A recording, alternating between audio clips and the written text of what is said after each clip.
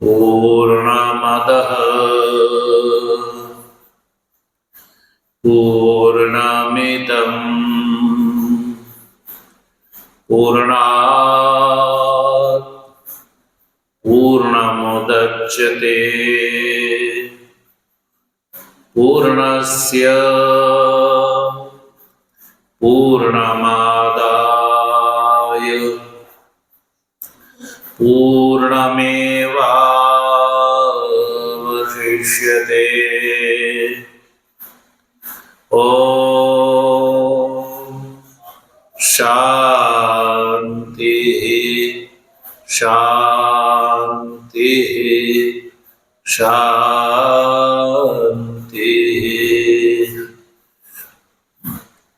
शंकरं शंकराचार्यं केशवं बादरायणं सूत्रभाष्य कृतौ वन्दे भगवन्तौ पुनः पुनः। ईश्वरो गुरु रात्मेति मूर्तिभेद विभागिने व्योमवत् व्याप्तदेहाय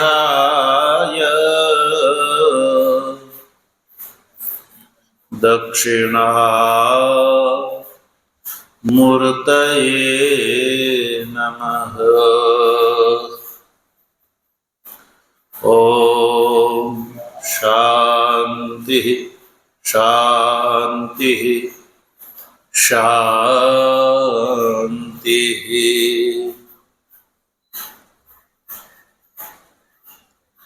तत्व जिज्ञासु सज्जनों, भगवत कृपाथी शुक्ल यजुर्वेदीय काण्व शाखानी ईशावास्य उपनिषदना शांकर भाष्य सहित विचार क्रमानुसार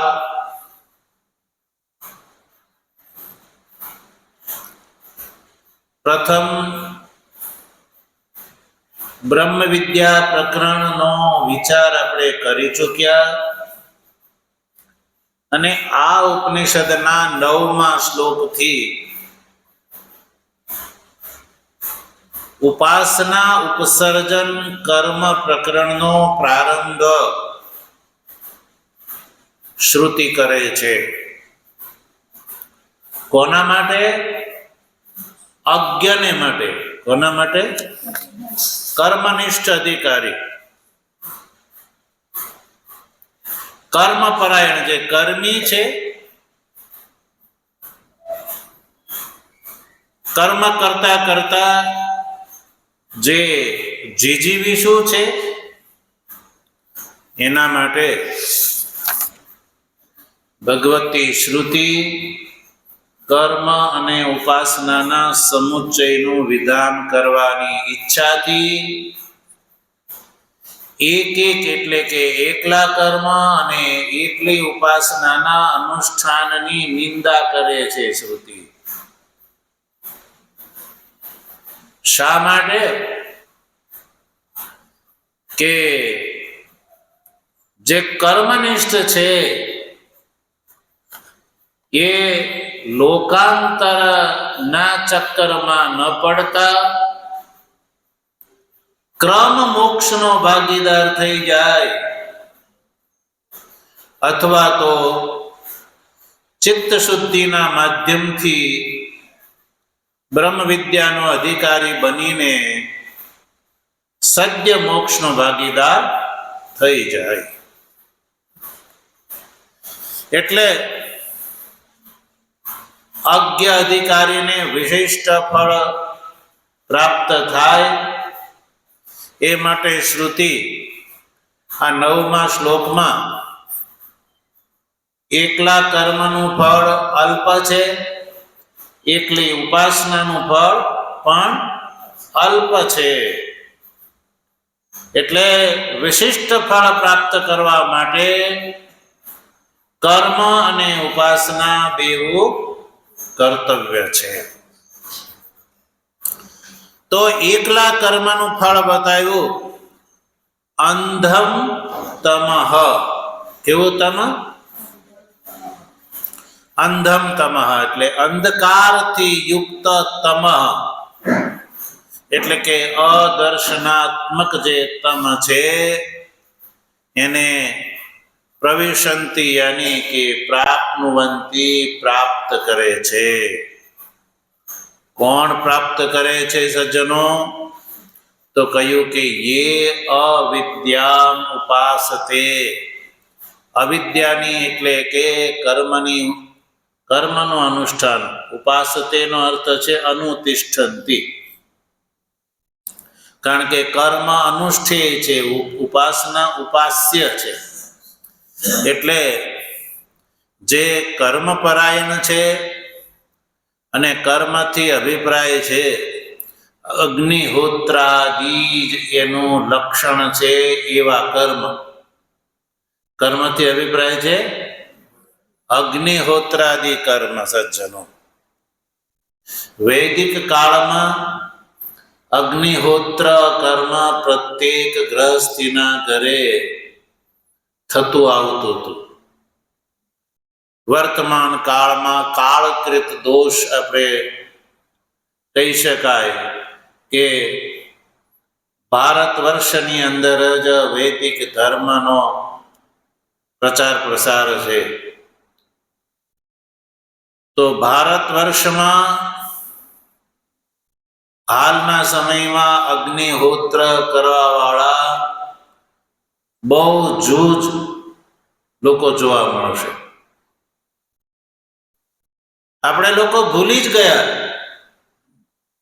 કે જેમ સવારે અને સાંજે લોકો ઘરે મંદિર રાખે છે અને એને દીવાબત્તી કરે છે, દીવાબત્તી કરે, પ્રાર્થના કરે, એ જ રીતે સવારે અને સાંજે અગ્નિહોત્રની અંદર બે આહુતિ આપવામાં આવતી હતી.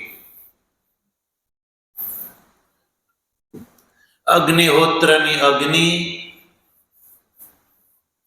ઘરમાં ભારેલી રાખવામાં આવતી હતી. પેઢી દર પેઢીથી એ અગ્નિ ચાલી આવતી હતી અને બુઝાવા દેવાતી નહોતી. જ્યારે સાયં પ્રાતઃ હવન કરવાનું હોય ત્યારે એને પ્રજ્વલિત કરવામાં આવતી હતી અને પ્રજ્વલિત થયા પછી અગ્નિહોત્ર યાગના રૂપમાં સવારે 2 આહુતિ અને સાંજે 2 આહુતિ પ્રદાન કરવાની હોય છે. અને આ તો નિત્ય કર્મ થયું. અગ્નિહોત્ર તો નિત્ય કર્મ થયું. પછી અગ્નિહોત્ર યાગ કરવા વાળા વ્યક્તિએ પાક્ષિક, માસિક, ચાતુર્માસિક વગેરે પણ કર્મ કરવાના હતા. પાક્ષિક એટલે કે અમાસ અને પૂર્ણિમા, એ શું છે? પાક્ષિક છે. 15 દિવસે અમાસ આવે, પછી પૂર્ણિમા આવે, તો એ દિવસે પાછો દર્શ અને પૌર્ણમાસ યાગ, પછી 4 માસના અંતે ચાતુર્માસ્ય યાગ, પછી આગ્રાયણ વગેરે જ્યારે નવું અન્ન ઘરમાં આવે ત્યારે પણ એનો હવન વગેરે, ત્યારે અગ્નિહોત્ર યાગની પૂર્તિ થાય છે. અને આ વાત જે છે અથર્વવેદની મુંડક ઉપનિષદની અંદર એનો વિશેષ ઉલ્લેખ જોવા મળે છે. તો અહીંયા ભગવતી શ્રુતિ ગ્રહસ્થી જે છે એ ગ્રહસ્થાશ્રમના કર્મના ફળ સ્વરૂપે સ્વર્ગ ને પ્રાપ્ત ન કરતા ક્રમ મોક્ષનો ભાગીદાર થાય એ દ્રષ્ટિથી શ્રુતિ અહીંયા કેવલ કર્મનું ફળ બતાવ્યું, અંધમ તમઃ, એટલે કે અદર્શનાત્મક જે તમ છે એવા લોકને પ્રાપ્ત કરે છે. કોણ? તો કહ્યું કે જે અવિદ્યા યાની અગ્નિહોત્રાદિ કર્મનું કેવળ અનુષ્ઠાન કરે છે, ઉપાસના નથી કરતો પણ કેવલ કર્મ કરે છે. તો કેવલ કર્મનું ફળ સ્વર્ગ છે. અને એને અંધકારમય તમ એટલા માટે કહ્યું કે ત્યાં જ્ઞાનનું કિરણ એટલે કે જ્ઞાન પ્રાપ્ત થઈ શકતું નથી. સ્વર્ગાદી સુખની પ્રાપ્તિ અવશ્ય થાય છે, પણ ત્યાંથી કર્મનો ક્ષય, ભોગથી કર્મનો ક્ષય જ્યારે થાય છે ત્યારે ત્યાંથી પાછું આવવું પડે છે. જીવ ભાવ મટતો, આપણે ચાતુર્માસમાં પંચાગ્નિ પ્રકરણનો વિચાર કર્યો તો છાંદોગ્ય ઉપનિષદની પંચાગ્નિ વિદ્યા, એ પંચાગ્નિ વિદ્યાની અંદર ઉપનિષદમાં કર્મના ફળ પ્રત્યે મુમુક્ષુના મનમાં વૈરાગ્ય થાય એટલા માટે ઉપનિષદની અંદર આ પંચાગ્નિ વિદ્યાનું પ્રકરણ આવે છે. તો એ પંચાગ્નિ વિદ્યાની અંદર કહ્યું કે જ્યારે અગ્નિહોત્રાદિ કર્મના ફળ સ્વરૂપે જ્યારે કર્મી સ્વર્ગમાં જાય છે તો શ્રદ્ધા, સોમ, વૃષ્ટિ, અન્ન અને રેત ના રૂપમાં ક્રમથી દ્યુલોક, પર્જન્ય, પૃથ્વી, પુરુષ અને યોષિત ક્રમથી એ પાછો આવે છે. એટલે એનો બીજો નવો જન્મ થાય છે. તો આજે ઈશાવાસ્ય ઉપનિષદ શ્રુતિ એવું કહે છે કે ગ્રહસ્થાશ્રમમાં સકામ કર્મ ન કરતા નિષ્કામ કર્મ કરવાથી ક્રમ મોક્ષના ભાગીદાર થવાય છે. અને જો સકામ ને એકલા કેવલ કર્મ અને સકામ કર્મનું ફળ છે સ્વર્ગ, કે જ્યાં જ્ઞાન થઈ શકતું. એટલે શ્રુતિ કહે છે કે સકામ કર્મના ફળ સ્વરૂપે સ્વર્ગલોકની અપેક્ષા રાખ્યા વગર મનુષ્ય નિષ્કામ કર્મ કરવા જોઈએ, એ શ્રુતિનો અભિપ્રાય છે. અહીંયા સકામ કર્મના ફળની નિંદા નથી, કારણ કે સકામ કર્મ અકર્તવ્ય નથી, કર્તવ્ય છે. નિંદા તો કોની ગણાય? કે જે નિંદ્ય કોણ ગણાય? જે કરવા યોગ્ય નથી એ નિંદ્ય છે. અને અહીંયા શ્રુતે અંધકારની પ્રાપ્તિ બતાવી એટલે એવું નથી કે અગ્નિહોત્રાદિ કર્મ કરવા વાળો જે છે અંધારાને પ્રાપ્ત કરે એવો અર્થ નથી, પણ એ સ્વર્ગને જ પ્રાપ્ત કરે છે. અગ્નિહોત્રાદિ કર્મનું ફળ સ્વર્ગ છે, પણ ત્યાં બ્રહ્મ જ્ઞાન થઈ શકતું નથી. એટલે શ્રુતિ કહે છે કે હે અધિકારી, તું સ્વર્ગની પ્રાપ્તિની ઈચ્છાથી જે કર્માનુષ્ઠાન કરે છો એ સ્વર્ગરૂપ ફળની ઈચ્છાથી ન કર, પણ ક્રમ મોક્ષ યા ચિત્ત શુદ્ધિ ને માટે કર્મ કર, અને કેવલ કર્મની સાથે સાથે ઉપાસના પણ તું કર. એટલે કેવલ કર્મનું ફળ બતાવ્યું. હવે આગળ આમાં જ કેવલ ઉપાસનાનું ફળ પણ બતાવ્યું. તતઃ ભૂય ઇવ તે તમઃ યઉ વિદ્યાયામ રતઃ. અહીંયા જે 9મા શ્લોકમાં વિદ્યા શબ્દનો અર્થ છે ઉપાસના, એટલે કે જે કર્મ છોડીને કેવલ ઉપાસના પરાયણ છે. તો ઉપાસક જે છે એ પણ આ શરીરની અંદર અહંતા મમતા જે છે, અજ્ઞાનાત્મક અહંતાદિ અભિમાનાત્મક જે છે એ સ્વર્ગ કરતા પણ વધારે જે છે અંધકારમય છે. એટલે કે ઉપાસક જે છે, કેવલ ઉપાસક દેવલોકની પ્રાપ્તિથી જે ઉપાસના કરે છે એ નિઃશ્રેષનું સંપાદન કરવામાં અક્ષમ થઈ જાય છે. એટલે શ્રુતિ કહે છે કે કેવલ કર્મ નહીં, કેવલ ઉપાસના પણ નહીં, પણ બંને સહકૃત કરવાનો છે. હવે 10મા શ્લોકની અંદર સજ્જનો કર્મનો અને ઉપાસનાનું ફળ જુદું જુદું છે. કર્મનું ફળ જુદું છે અને ઉપાસનાનું ફળ જુદું છે. એટલે જો એક એકને કરવામાં આવે તો એનું જે ફળ છે એ મળે છે, પણ જો બંને સહકૃત કરવામાં આવે તો એનું વિશિષ્ટ ફળ છે એ શ્રુતિ 11મા શ્લોકમાં બતાવશે. પણ એ પહેલા 10મા શ્લોકમાં કર્મ અને ઉપાસનાનું પોતપોતાનું ફળ જુદું જુદું છે એ બતાવે છે. ભગવાન ભાષ્યકાર આ 10મા શ્લોકના ઉત્તરણમાં લખે છે કે તત્ર અવાંતર ફલ ભેદમ વિદ્યા કર્મણો સમુચ્ચય કારણમ આહ, અન્યથા ફલવદ અફલવતો સન્નિહિતયો અંગાંગિતા એવ સ્યાત ઇત્યર્થઃ. કહે છે કે તત્ર અવાંતર ફલ ભેદમ. તત્ર યાની કે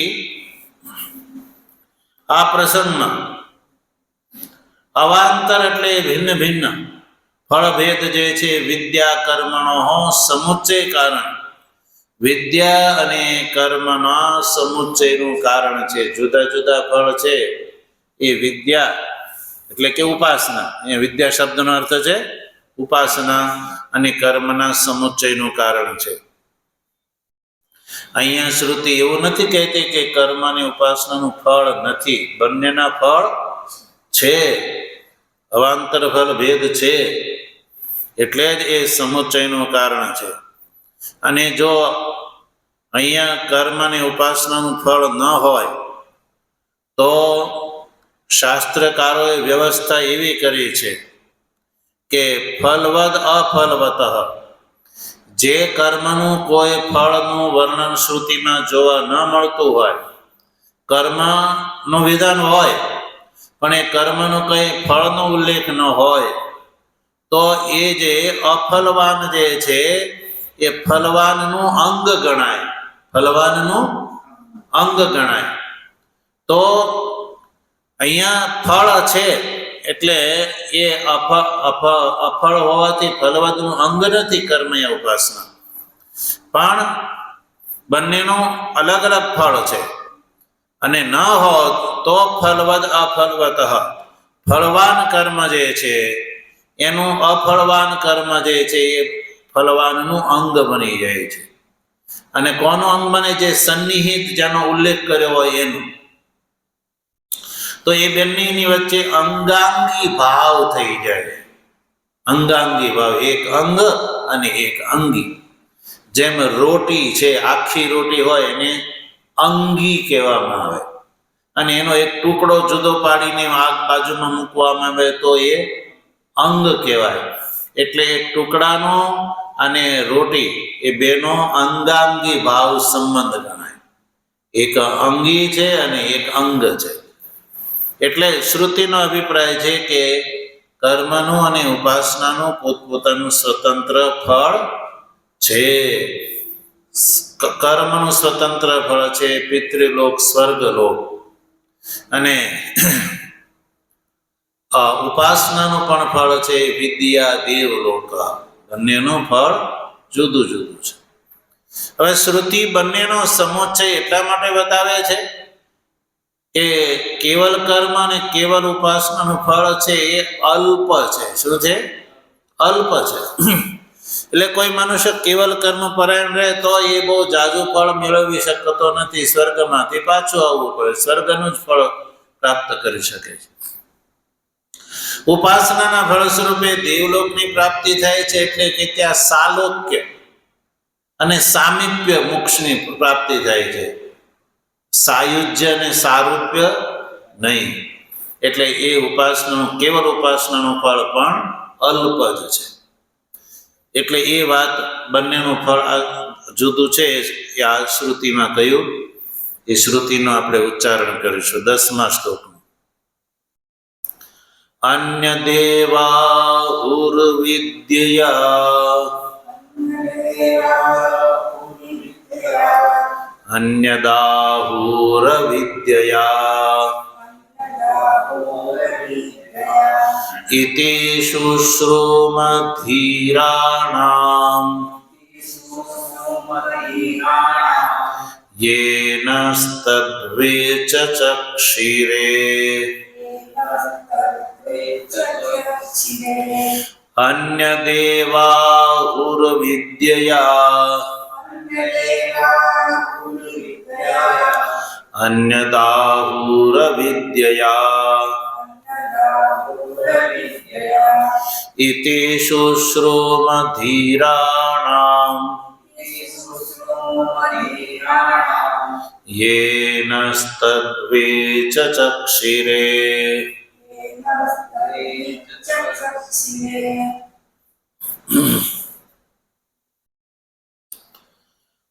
જો આપણે શ્લોકનું ઉચ્ચારણ કર્યું, હવે સંધિ વિગ્રહ કરીશું અને ત્યારબાદ એને આપણે વાક્યક્રમમાં સમજીશું. તો શ્લોકનો પૂર્વાર્ધમાં એક જ પદ છે, જુદા જુદા પદ નથી. સંપૂર્ણ એક પદ જે છે, તો એની અંદર જો કેટલા પદ છૂટા પડે? જો અન્યત, બોલો અન્યત. એવ આહુહુ વિદ્યયા અન્યત આહુહુ અવિદ્યયા ઇતિ શુશ્રુમ ધીરાણામ યે નઃ તદ વિચચક્ષિરે. જો શ્રુતિ અહીંયા કર્મ અને ઉપાસનાની સમુચ્ચયને ધ્યાનમાં રાખીને નિંદા કરે છે, અને નિંદાથી અભિપ્રાય કર્મ અને ઉપાસના ત્યાજ્ય છે, અકર્તવ્ય છે એવો અભિપ્રાય નથી. ત્યાજ્ય નથી, પણ એક એક ન કરતા બંને કરવા જોઈએ એવો શ્રુતિનો અભિપ્રાય છે. એટલે એક એકનું ફળ છે એવું આ શ્લોકમાં બતાવ્યું. એક એક એટલે કર્મનું ફળ સ્વતંત્ર છે અને ઉપાસનાનું ફળ સ્વતંત્ર છે. અફળ નથી, કર્મ અફળ નથી, ઉપાસના અફળ નથી, બંનેનું સ્વતંત્ર ફળ છે. શું ફળ છે અલગ અલગ? તો જો અન્યદ એવ આહુ વિદ્યા વિદ્યા અન્યદ એવ આહુ. શ્રુતિ કહે છે કે વિદ્યા એટલે કે વિદ્યા દ્વારા, વિદ્યા એટલે વિદ્યા દ્વારા, વિદ્યા અન્યત યાને ભિન્ન. અન્યતનો અર્થ છે પૃથક. પૃથક એટલે જુદું. કોનાથી જુદું? અવિદ્યાથી જુદું. અવિદ્યાનો અર્થ છે કર્મ અને વિદ્યાનો અર્થ છે અહીંયા ઉપાસના. વિદ્યા અન્યદાહુ એટલે કે ઉપાસનાથી, અન્યદ એટલે કર્મથી ભિન્ન ફળ કયું છે. વિદ્યા ક્રિયતે ફલમ ઇતિ આહુ આહુયને વદંતી. અન્યદ વિદ્યા અન્યદ એવ આહુ. વિદ્યા દ્વારા કર્મથી ભિન્ન ફળ બતાવેલું છે. વિદ્યાનું ફળ કર્મ કરતા જુદું છે, સારું જુદું છે. તો શું છે વિદ્યાથી અભિપ્રાય ઉપાસનાનું ફળ શું છે? તો શ્રુતિ વાક્ય પ્રસ્તુત ઉપસ્થિત કરે છે. વિદ્યા દેવલોક વિદ્યા તદારોહંતી ઇતિ શ્રુતે. આ શ્રુતિ શું કહે છે કે વિદ્યા એટલે કે ઉપાસનાનું ફળ છે દેવલોક. શું છે? દેવલોક. અને આ દેવલોક જે કર્મના ફળ કરતા ભિન્ન છે, કર્મના ફળ કરતા ભિન્ન છે દેવલોક. તો શ્રુતિ વાક્ય કહે છે વિદ્યા દેવલોક. પછી બીજું શ્રુતિ વાક્ય છે કે વિદ્યા તદ આરોહંતી. વિદ્યા દ્વારા તદ યાની દેવલોક ઉપર આરૂઢ થઈ શકાય છે. ઇતિ શ્રુતે એટલે કે વિદ્યાનું ફળ, કેવલ વિદ્યાનું ફળ બતાવ્યું દેવલોકની પ્રાપ્તિ. દેવલોક. સારું, ચાલો પછી તો કે અન્યદ આહુ અવિદ્યા. અન્યદ એટલે ભિન્ન, ઉપાસના કરતા ભિન્ન. આહુ કહેલું છે કોનું ફળ? અવિદ્યા. અવિદ્યા એટલે અવિદ્યા દ્વારા. અવિદ્યાનો અર્થ છે અહીંયા કર્મ.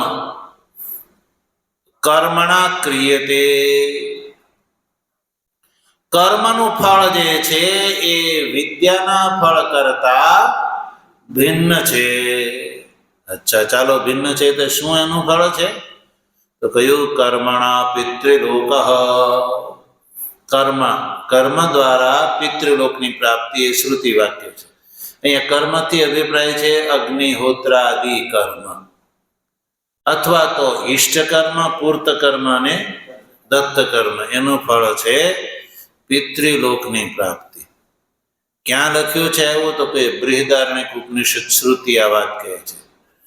જો બૃહદારણ્યક ઉપનિષદ જે છે એ આ ઈશાવાસ્ય ઉપનિષદનું જ વ્યાખ્યાન છે. શું છે? વ્યાખ્યાન છે. ઈશાવાસ્ય ઉપનિષદ છે એ શુક્લ યજુર્વેદની મંત્ર ભાગની ઉપનિષદ છે, અને બૃહદારણ્યક ઉપનિષદ છે એ આ જ શુક્લ યજુર્વેદના બ્રાહ્મણ ભાગની ઉપનિષદ છે. બ્રાહ્મણ એટલે જાતિ નહીં, પણ ગ્રંથનું નામ છે. તો બ્રાહ્મણને મંત્રનું વ્યાખ્યાન કહેવામાં આવે છે. વ્યાખ્યાનાત્મક છે બ્રાહ્મણ. એટલે શ્રુતિ ખુદ મંત્રનું વ્યાખ્યાન બ્રાહ્મણના રૂપમાં કરે છે. એટલે મંત્રમાં જે કહેલું છે એનું જ વ્યાખ્યાન છે એ બ્રાહ્મણ છે. એટલે આ જ ઉપનિષદ જે છે મંત્ર ભાગની છે, એનું વ્યાખ્યાન બ્રાહ્મણ એ બૃહદારણ્યક ઉપનિષદ છે. એટલે બૃહદારણ્યક ઉપનિષદની અંદર આ બતાવ્યું છે કર્મણા પિતૃલોક એટલે કર્મ દ્વારા પિતૃલોકની પ્રાપ્તિ. એટલે કર્મનું પણ પોતાનું ફળ સ્વતંત્ર છે. ઇતિ એવં શુશ્રુમ શ્રુત્વંત વયમ ધીરાણામ ધીમતામ વચનમ. જો આ જે ઈશાવાસ્ય ઉપનિષદ મંત્ર ભાગની ઉપનિષદ છે, તો આ જે ઉપનિષદના વક્તા છે દધ્યંગ આથર્વણ ઋષિ. કેવા ઋષિ? દધ્યંગ આથર્વણ ઋષિ. તો એ ઋષિ જ્યારે પોતાના શિષ્યને આ ઉપદેશ આપે છે ત્યારે એ એવું નથી કહેતા કે આ હું કહું છું. એ એવું નથી કહેતા. એ શું કહે છે? ઇતિ અને એવમ આવું અમે શુશ્રુમ એટલે શ્રુતવંત સાંભળ્યું છે અમારા પૂર્વજોથી સાંભળ્યું છે. કોનું વચન? ધીરાણામ વચનમ. અમારા કુળની અંદર જે ધીર પુરુષો થઈ ગયા, બુદ્ધિમાન પુરુષો થઈ ગયા, એનાથી અમે પરંપરાથી આ વચન સાંભળ્યું છે. કોણ છે એ? યહ નહ તદ વિચચક્ષિરે, એ આચાર્યો જેણે અમારા માટે તત્ વિચચક્ષિરે કર્મ અને જ્ઞાનનું જે સ્વરૂપ બતાવ્યું, વ્યાખ્યાન કર્યું હતું. વિચચક્ષિરે અને વ્યાખ્યાત્વંત, એટલે કે અમારા માટે અમારા પૂર્વજોએ આ કર્મ અને જ્ઞાનનું વ્યાખ્યાન કર્યું હતું. તેષામ અયમ આગમ પારંપર્યાગત, એટલે કે આ અમે પરંપરાથી સાંભળ્યું છે. અમારી પરંપરા આ રહી છે, એ આગમ પરંપરા છે. આગમ એટલે શ્રુતિ પરંપરા છે. જેમ કે દાખલા તરીકે આપણે એવું કહીએ કે ભાઈ આપણી આ સ્વામીજીની પરંપરા માધવાનંદ સ્વામીજી મહારાજથી પ્રવર્તિત થઈ. પરંપરા તો આ નદી છે, પણ આપણે માનીએ ક્યાંથી? તો આપણે માધવાનંદ સ્વામીજીનો ઉપદેશ સાંભળ્યો છે સાક્ષાત. એનું શરીર છૂટ્યું એને તો 145 વર્ષ થયા. પણ એના પછી જે આચાર્ય થયા, ચિદાનંદ સ્વામીજી વગેરે, પછી શિવમ સાગરજી મહારાજ, પછી બ્રહ્મલીન સ્વામીજી, એ આ રીતે આચાર્ય પરંપરાથી જે જ્ઞાન ભગવાન શંકરાચાર્યજી દ્વારા પ્રવર્તિત જે જ્ઞાન છે એ માધવાનંદ સ્વામીજીથી આપણને પ્રાપ્ત થયું. તો એ પરંપરા છે. આપણા માટે આ વેદાંતનું વ્યાખ્યાન કોણે કર્યું? તો સ્વામીજીએ. તો આપણા માટે વિચચક્ષરે વ્યાખ્યાત્વંત, અને તેષામ અયમ આગમ, એનું આગમ એટલે પારંપર્યાગત, પરંપરાથી આ પ્રાપ્ત છે. આચાર્ય પરંપરાથી આ વેદાંતનો જે ઉપદેશ આચાર્ય પરંપરાથી પ્રાપ્ત છે. એટલે આ ઉપનિષદના ઋષિ એના વિદ્યાર્થીને એવું કહે છે કે આ હું કહું છું એવું નથી, પણ આ અમારા માટે જેણે કર્મ અને જ્ઞાનના ફળની વાત કરી છે એ આચાર્ય પરંપરાથી અમે આ સાંભળ્યું છે કે કર્મનું ફળ સ્વર્ગલોક છે અને ઉપાસનાનું ફળ દેવલોક છે. એ કર્મ અને જ્ઞાનનું અમારા માટે જેણે વ્યાખ્યાન કર્યું એવા અમારા પૂર્વ આચાર્યોથી આ પરંપરાથી અમે સાંભળ્યું છે. એવું આ ઉપનિષદના આચાર્ય દધ્યંગાતર્મ ઋષિ એના શિષ્યોને આ પરંપરા પ્રમાણભૂત છે એ બતાવે છે કે કર્મનું ને ઉપાસનાનું ફળ આ રીતે પિતૃલોક એટલે કે સ્વર્ગલોક અને દેવલોક છે. એટલે તેષામ અયમ આગમ, એ આચાર્યોનું આ જે છે જેણે આનું વ્યાખ્યાન કર્યું છે વેદોનું. દાખલા તરીકે આપણા માટે વેદોનું વ્યાખ્યાન કોણે કર્યું? ભગવાન શંકરાચાર્યજીએ. તો ભગવાન શંકરાચાર્યજીએ વેદોનું વ્યાખ્યાન કોના માટે કર્યું? આપણા માટે કર્યું. એમ આ જે દધ્યંગાતર્મ ઋષિ કહે છે કે અમારા પૂર્વજોએ અમારા માટે આ વ્યાખ્યાન કર્યું હતું કે કર્મનું ને ઉપાસનાનું ફળ છે, એ જ હું તમને બતાવું છું. એવું આ ઋષિ એમના શિષ્યને બોધ આપતી વખતે કહે છે. એટલે કે પરંપરાથી આ પ્રાપ્ત છે, એટલે પ્રમાણભૂત છે, કાલ્પનિક નથી. આજકાલ સર્વાધિક જે છે એ સંપ્રદાયો અને સંગઠનો જે છે એ કાલ્પનિકથી, કલ્પનાથી ચાલે છે. એનો જ એ જે વાતો કરે છે એનો કોઈ પૌર્વ દેહિકયા, પૌર્વ પારંપર્યથી કોઈ આધાર નથી હોતો. પણ સજ્જનો રંગ ધર્મનો હોવાથી લોકો આવા ધૂર્તની વાત માનીને એમાં એટલા બધા રચાપચા થઈ જાય છે કે વૈદિક પરંપરા શું છે એવો પણ એને બોધ થતો નથી સજ્જનો. એટલે વૈદિક પરંપરાથી એ આવા જે સંપ્રદાયના આકાઓ પોતે પણ ભ્રષ્ટ હોય છે અને એના આશ્રિત અનુયાયી વર્ગને પણ મોટી મોટી ચીકની ચોપડી વાતો કરીને ભ્રષ્ટ રાખે છે. તો બોધ પરંપરા અનુસાર ન હોવો જોઈએ. એવો નહીં કે પોતે ઉપજાવેલો. આજકાલ એવી પરંપરા ચાલે છે ને, જેને સુરતના રેલવે સ્ટેશનમાં આત્મજ્ઞાન થઈ ગયું. ક્યાં? સુરતના રેલવે સ્ટેશનમાં બેઠા હતા ને, ત્યાં એને આત્મજ્ઞાન થઈ ગયું. અને એની પરંપરા ચાલી અત્યારે જબરદસ્ત ચાલે છે, બહુ જબરદસ્ત ચાલે છે. તો લોકોને આવું જ જોઈએ. તો અહીંયા ઉપનિષદમાં આવી ક્યાંય કોઈ કલ્પનાની વાત આવતી નથી કે એવું કોઈને બેઠા બેઠા રેલવે સ્ટેશનમાં જ્ઞાન થઈ જાય. ચાલે છે એ મત અત્યારે જબરદસ્ત ચાલે છે, દેશ વિદેશમાં ચાલે છે. અને એને પોતાની ખબર નથી કે સનાતન ધર્મ શું છે, જૈન ધર્મ શું છે ખબર, અને બધું ભેગટીયું ચાલે છે. તો આ પરંપરા છે. એટલે શ્રુતિ 10મા શ્લોકની અંદર એવું કહ્યું કે કર્મનું ફળ સ્વર્ગલોક છે, વિદ્યાનું ફળ દેવલોક છે. એટલે કોઈ વ્યક્તિ કેવલ કર્મ કરશે તો કેવલ કર્મના ફળ સ્વરૂપે પિતૃલોકને પ્રાપ્ત કરશે. એટલે ત્યાં આત્મજ્ઞાન નથી થઈ શકતું. પછી કેવલ ઉપાસનાના ફળ સ્વરૂપે દેવલોકની પ્રાપ્તિ થશે તો ત્યાં સાલોક્ય ભાવની પ્રાપ્તિ, ત્યાં ક્રમ મોક્ષ નહીં. એટલે આ બે અલગ અલગ કોઈ વ્યક્તિ કરે તો એ અલ્પ ફળને પ્રાપ્ત કરે છે, મોક્ષનો નિર્વિશેષ મોક્ષનો ભાગીદાર નહીં થાય. એટલે શ્રુતિ એવું ચાહે છે કે પ્રત્યેક મનુષ્ય આત્મ તત્વ જ્ઞાન પ્રાપ્ત કરી અને યા તો ક્રમ યા સદ્ય મોક્ષને પ્રાપ્ત કરે. એ આ શ્રુતિનો અભિપ્રાય છે. એટલે માટે કર્મનું પ્રકરણ ચાલુ થયું છે. હવે 11મા શ્લોકમાં જે છે સમુચ્ચયનું ફળ બતાવશે. ભગવાનની કૃપા છે તેનો વિચાર આપણે આગળ કરીશું. ઓમ પૂર્ણમદ પૂર્ણમિદં પૂર્ણાત પૂર્ણમુદચ્યતે પૂર્ણસ્ય પૂર્ણમાદાય પૂર્ણમેવાવશિષ્યતે.